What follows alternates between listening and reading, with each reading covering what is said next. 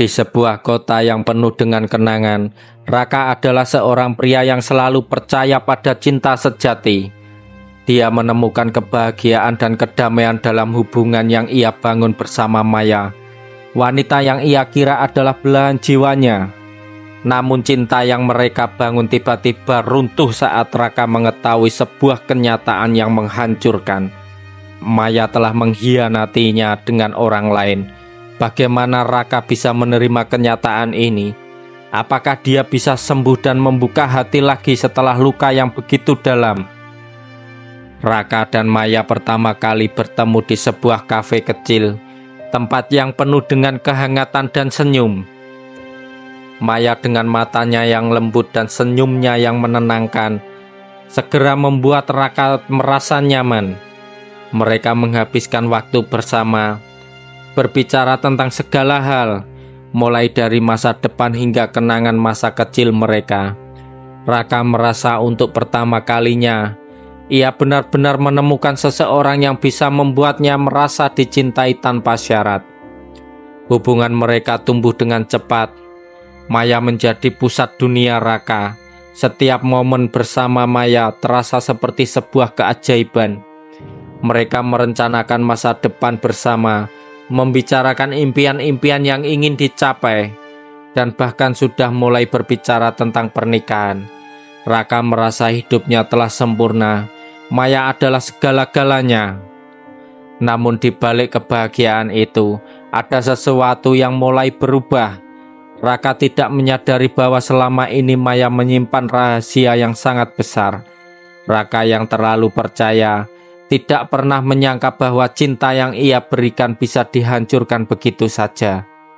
Suatu malam Raka mendapatkan sebuah pesan yang datang tanpa diduga.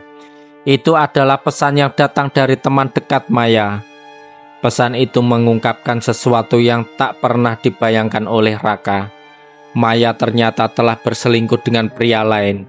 Teman lama mereka yang ternyata memiliki hubungan gelap dengan Maya selama beberapa bulan terakhir. Raka merasa dunia seolah-olah terbalik. Semua kenangan indah bersama Maya terasa seperti racun yang perlahan merusak dirinya. Raka tidak bisa mempercayai apa yang ia baca. Ia memutuskan untuk menghadapinya langsung. Dengan perasaan campur aduk antara marah, kecewa, dan bingung, Raka pergi ke tempat tinggal Maya.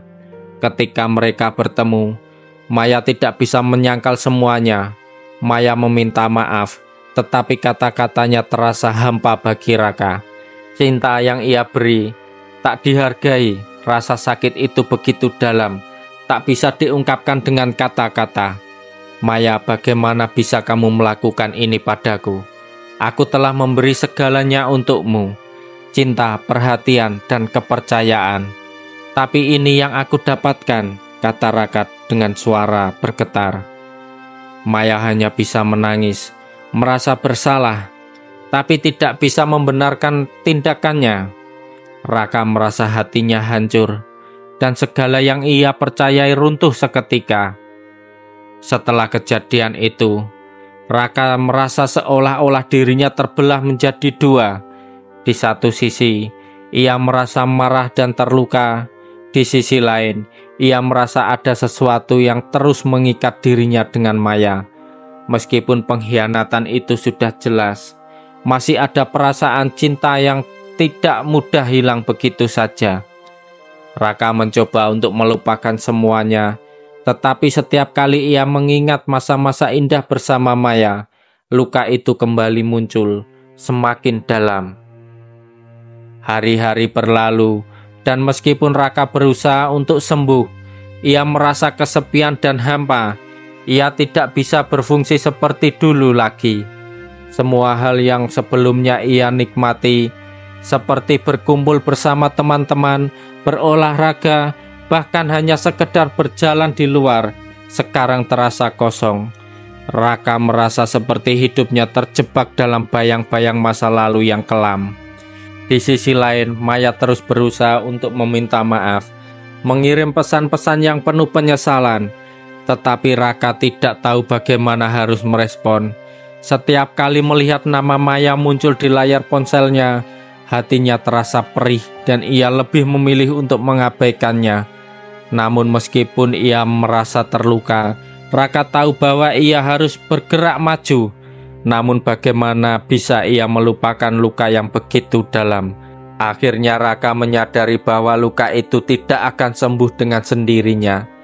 Ia harus memilih, terus terjebak dalam masa lalu atau berusaha untuk bangkit dan menyembuhkan dirinya sendiri. Perlahan ia mulai mengambil langkah kecil untuk keluar dari kegelapan. Ia mulai berbicara dengan teman-teman dekatnya yang selalu mendukungnya. Mereka berbicara tentang cinta, tentang pengkhianatan, dan tentang bagaimana untuk kembali mencintai diri sendiri. Suatu hari Raka pergi ke tempat yang dulu sering mereka kunjungi bersama, kafe kecil di mana mereka pertama kali bertemu. Ia duduk di sudut yang biasa mereka tempati, merenung dan mengenang kembali semua kenangan indah yang mereka bagikan. Tapi kali ini ia merasa ada kedamaian yang berbeda. Ia tidak lagi terbelenggu oleh rasa sakit yang dulu menguasai hatinya. Raka tahu untuk bisa maju, ia harus melepaskan perasaan dendam dan sakit hati itu. Pengampunan tidak hanya untuk Maya, tetapi juga untuk dirinya sendiri. Ia harus memaafkan dirinya karena telah terlalu lama terjebak dalam hubungan yang salah. Dan juga memaafkan Maya. Meskipun ia tahu itu tidak mudah, pengampunan adalah langkah pertama menuju kebebasan hati.